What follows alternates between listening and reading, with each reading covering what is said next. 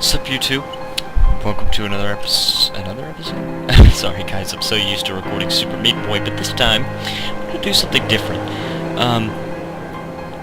This time we're gonna do a game, obviously, called Dear Esther. And, let me actually... I'm just gonna turn this down just a little bit. Let's turn it down a little more. So...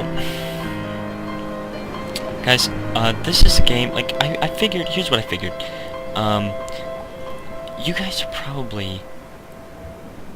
You guys probably don't only want to see me do Super Meat Boy, and that's really all I've been doing lately, and it's just because I've wanted to get it done, just so I could start the Oddworld Let's Play, and then, obviously, the Aquaria Let's Play that a fan suggested to me. So, oh man, it's so hard to believe I have fans. I don't have that many if I do, but, I love this music, by the way. But I figured that I might just do a little short series. This is only going to be 4 episodes, because there's only 4 chapters to the game. But I figured I'd just do something short, just to keep you guys occupied, keep you, just spice it up a little bit. So, anyway, let's get started. Let's start. And the first chapter of the game is called the Lighthouse. Then we've got the buoy, the caves, my favorite, and the beacon. And guys, this game has... I want to say literally no gameplay. You walk around and it reads you a story. Now let's just listen. The gulls do not land here anymore. I've noticed that this year they seem to shun the place. Maybe it's the depletion of the fishing stock driving them away. Perhaps it's me. When he first landed here, Donnelly wrote that the herds were sickly and their shepherds the lowest of the miserable classes that populate these Hebridean islands. 300 years later, even they have departed. Alright, so, basically, this game is very much dependent on story. And it's an amazing story. Here's the thing, though. On Steam, it's $10. Steam sells games, and it sells software. And as far as games go, this is not worth $10. Bird flew out. As far as games go, this is not worth $10. Okay, I have personally played through the game already, and I will say, I got it in a Humble Bundle.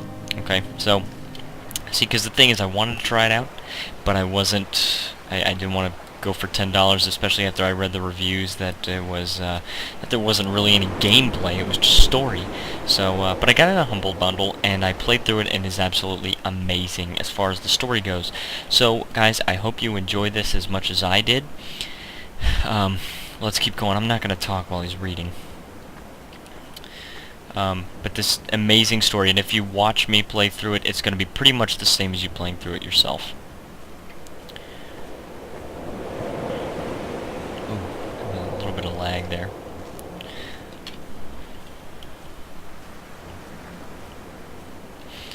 Donnelly reported the legend of the hermit, a holy man who sought solitude in its most pure form. Allegedly, he rode here from the mainland in a boat without a bottom, so all the creatures of the sea could rise at night to converse with him. How disappointed he must have been with their chatter. Perhaps now, when all that haunts the ocean is the rubbish dumped from the tankers, he'd find more peace. They say he threw his arms wide in a valley on the south side, and the cliff opened up to provide him shelter. They say he died of fever 116 years later. The shepherds left gifts for him at the mouth of the cave, but Donnelly records they never claimed to have seen him. I have visited the cave, and I have left my gifts, but like them, I appear to be an unworthy subject of his solitude. Alright, so, guys, a lot of this story, as you're listening, is going to be, very cryptic, to say the least. And what you might actually want to do is watch this series twice, because there are a lot of things. See, I played through it once, and then I watched somebody else play through it. Not on YouTube, of course. I watched somebody else play it through it in... When you were born, your mother told me, a hush fell over the delivery room. A great red birthmark covered the left side of your face. No one knew what to say, so you cried to fill the vacuum. I always admired you for that. that you cried to fill whatever vacuum you found. I began to manufacture vacuums just to enable you to deploy your talent. The birthmark faded by the time you were 6 and had gone completely by the time we met, but your fascination with the empty and its cure remained. That's interesting. See, when you play this game, there are a number of different passages that exist, and because of that, you can play through the game multiple times, and you will hear different parts of the story every time. And so I have never actually heard that passage before. So that's very interesting. But the story remains the same, and I hope you guys can understand it. See, by the end of my playthrough of this game, I of course understood the story, but it was at the end, and it finally slowly started to come together. And during the very beginning, there are a lot of things that you will not understand. That's why I recommend you might decide you want to watch it twice. And that's because there were a lot of things when I was watching the person play through that I suddenly understood. But again, it's very cryptic, so the first time you hear it, it's probably not going to make any sense to you. And you could just watch it once and then just remember all the things, or maybe write down the things that you found difficult to understand. And then eventually you can come back to this at the end of the story. The mount is clearly the focal point of this landscape. It almost appears so well placed as to be artificial. I find myself easily slipping into the delusional state of ascribing purpose, deliberate motive to everything here. Was this island formed during the moment of impact? When we were torn loose from our moorings, and the seatbelts cut motorway lanes into our chests and shoulders, did it first break surface then? That's very interesting. I don't remember that passage, although I may have heard it before. But that I understand that one. When someone had died or was dying, or was so ill they gave up what little hope they could sacrifice, they cut parallel lines into the cliff, exposing the white chalk beneath. You could see them from the mainland or the fishing boat, and know to send aid, or impose a cordon of protection, and wait a generation until whatever pestilence stalked the cliff paths died along with its hosts. My lines are just for this, to keep any would-be rescuers at bay. The infection is not simply of the flesh. Every single time he says flesh, I notice how he says flesh. It's like, with a very slight whistle at the very end, he's like, flesh.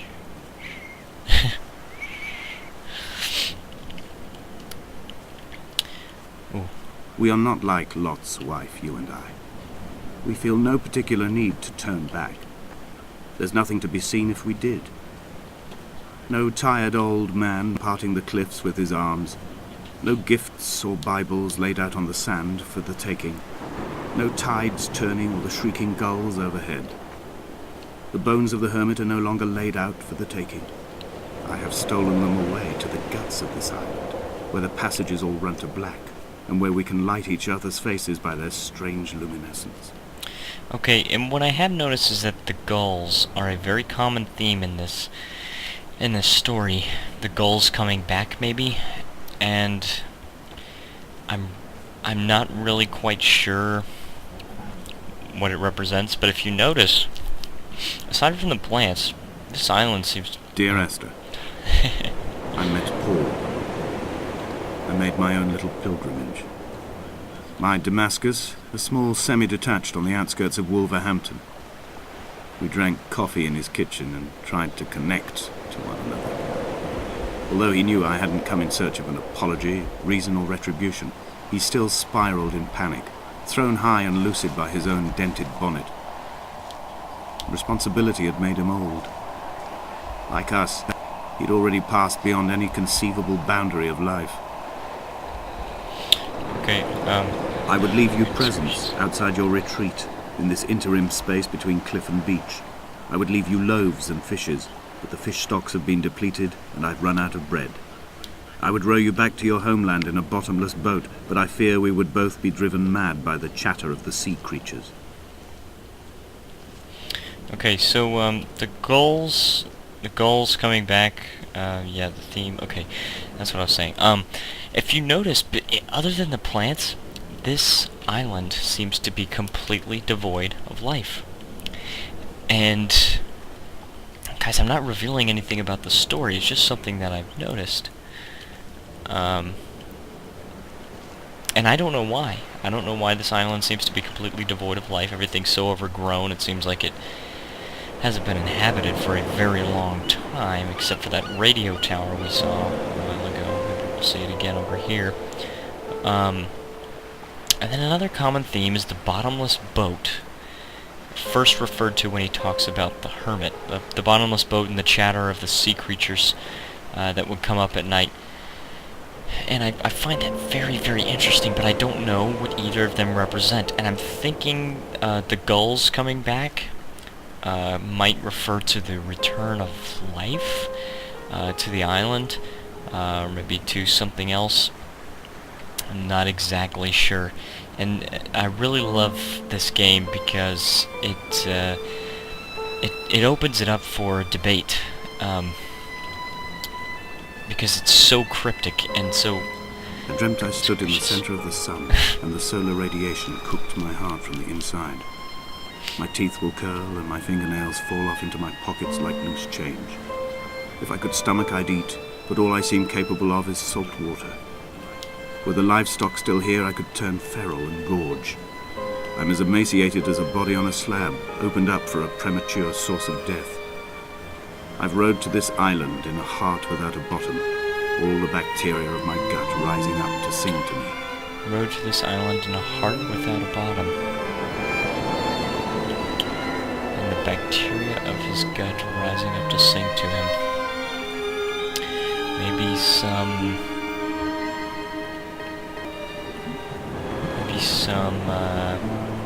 guilt? I'm thinking something he's guilty of. He feels guilty. I'm really not sure, guys. I'm just... It's not like I know something because I played through the game. I know the general story, but I'm trying to delve into it, and it's really hard, and it requires a lot of deep thought in order to actually interpret everything about the story. Think about it. He rode to this island in a heart without a bottom. Sometimes I wonder if this island actually exists, and you'll actually maybe know why I think that later on in the story. But anyways, I'll